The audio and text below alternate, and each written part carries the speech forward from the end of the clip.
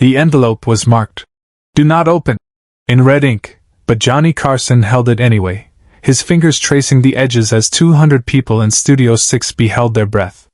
The Tonight Show had never gone this quiet. Not once in 30 years. Carson looked up from his desk, past the cameras, past Doc Severinsen who had lowered his trumpet mid-note, past Ed McMahon whose trademark laugh had died in his throat.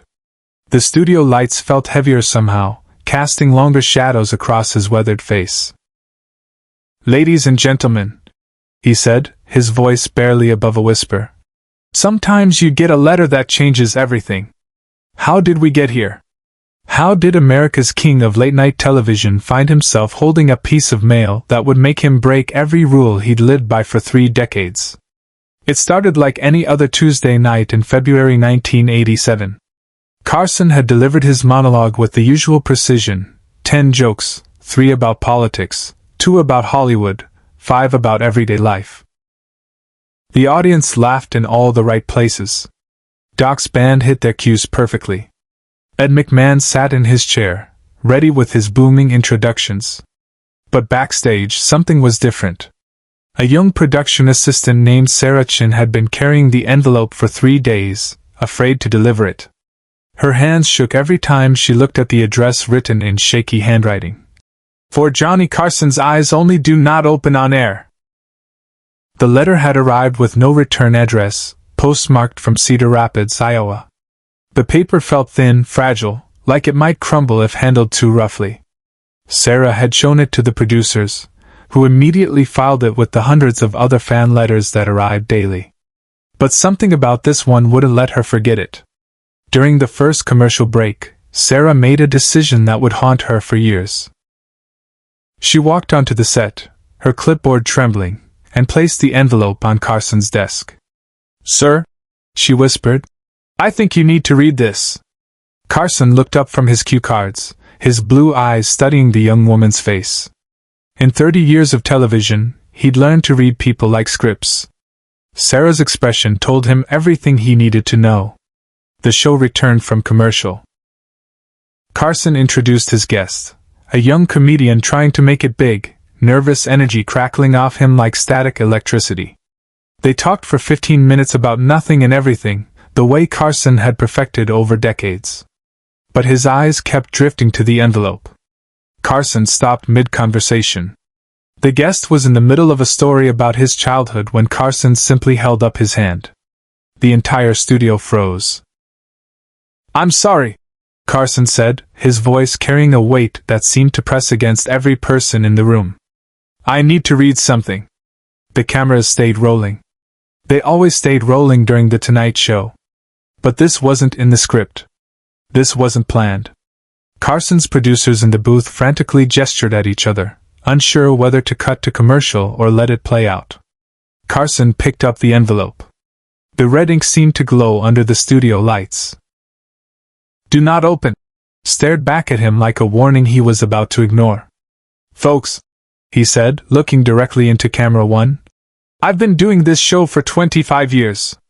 I've interviewed presidents and movie stars, comedians and con men.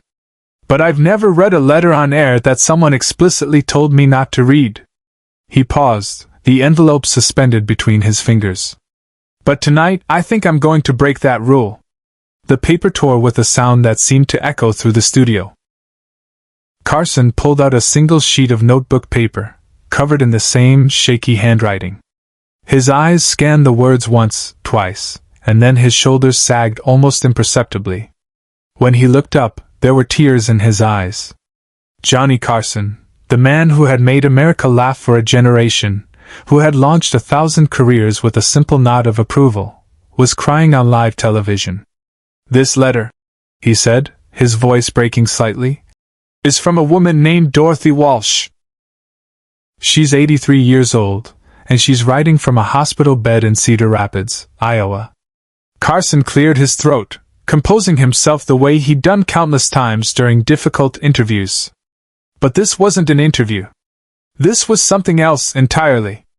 "Dorothy says she's been watching The Tonight Show since 1962, when I first started hosting.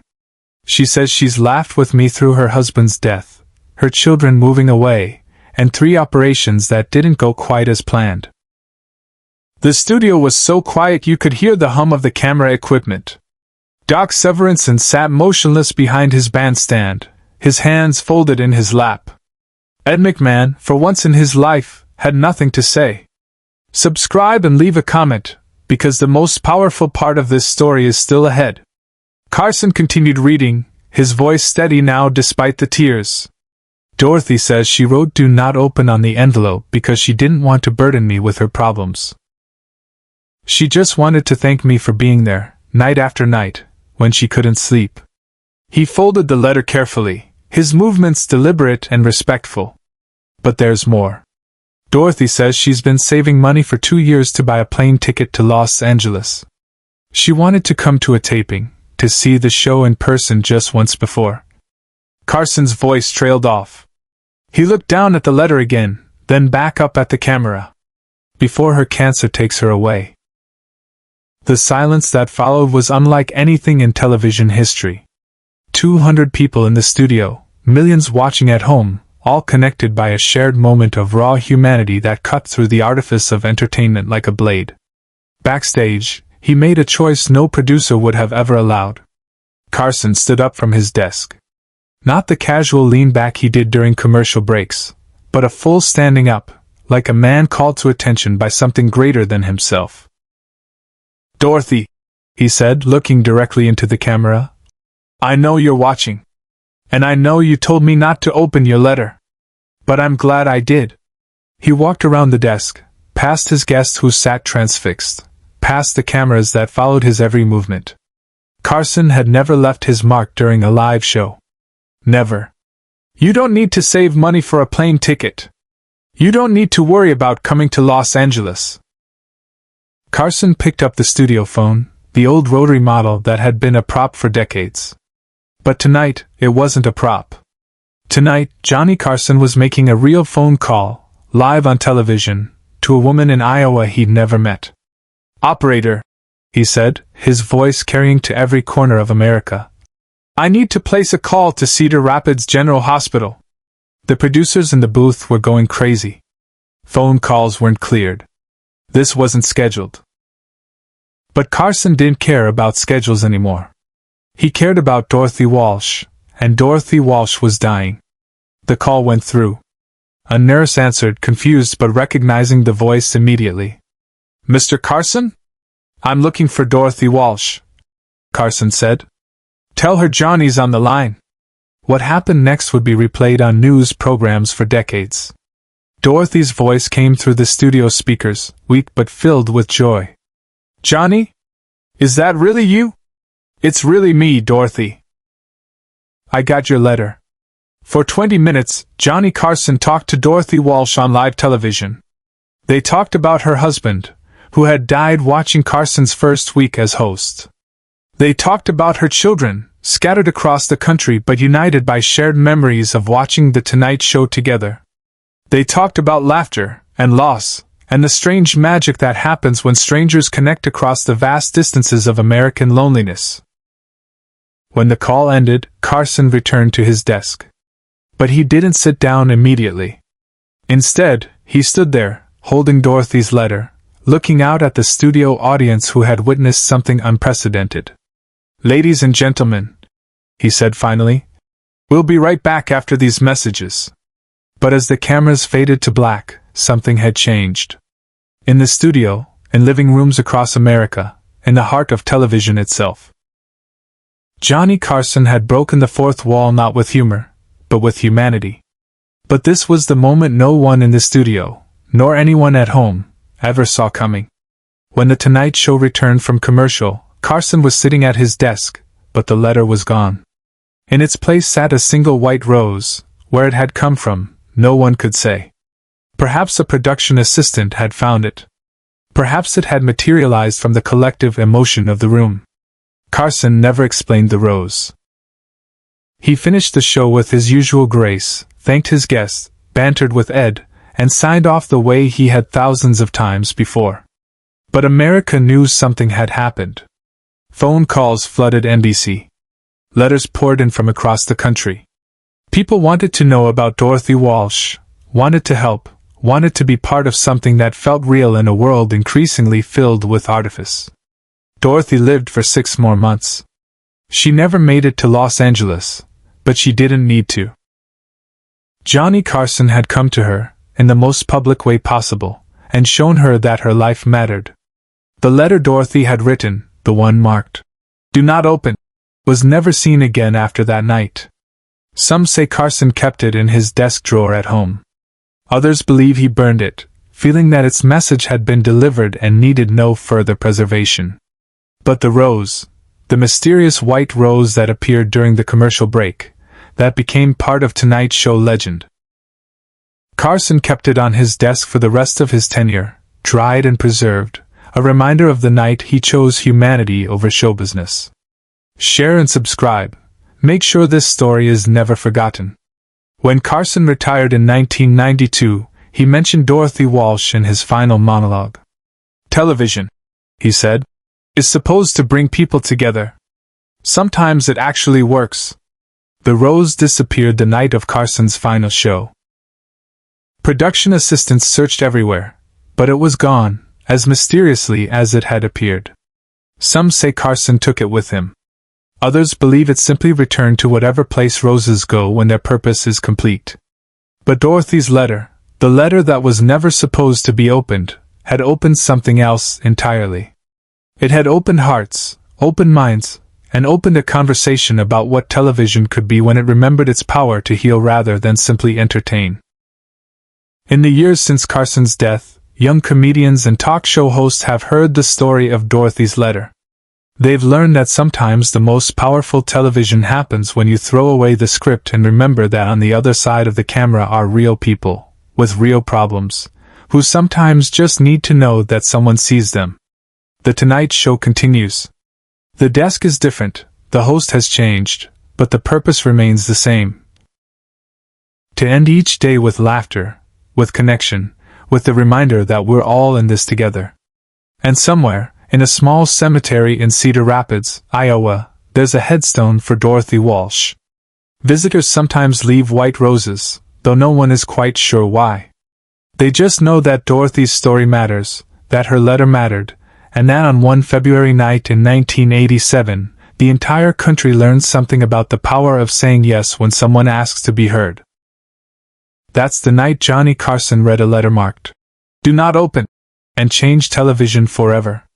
The impact of that evening rippled far beyond Studio 6B. Within hours, NBC's phone lines were jammed with callers asking about Dorothy Walsh. The network had never experienced anything like it, thousands of people wanting to send letters, flowers, even money to a woman they'd never met but somehow felt they knew. Carson himself was transformed by the experience.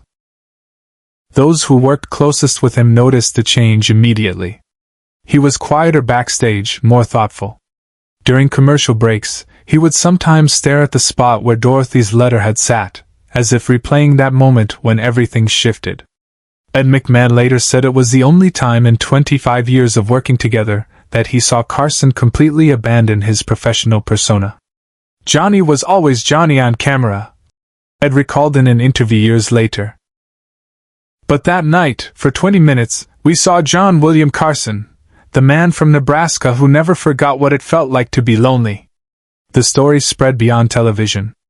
Newspapers picked it up, radio hosts discussed it, and something remarkable happened.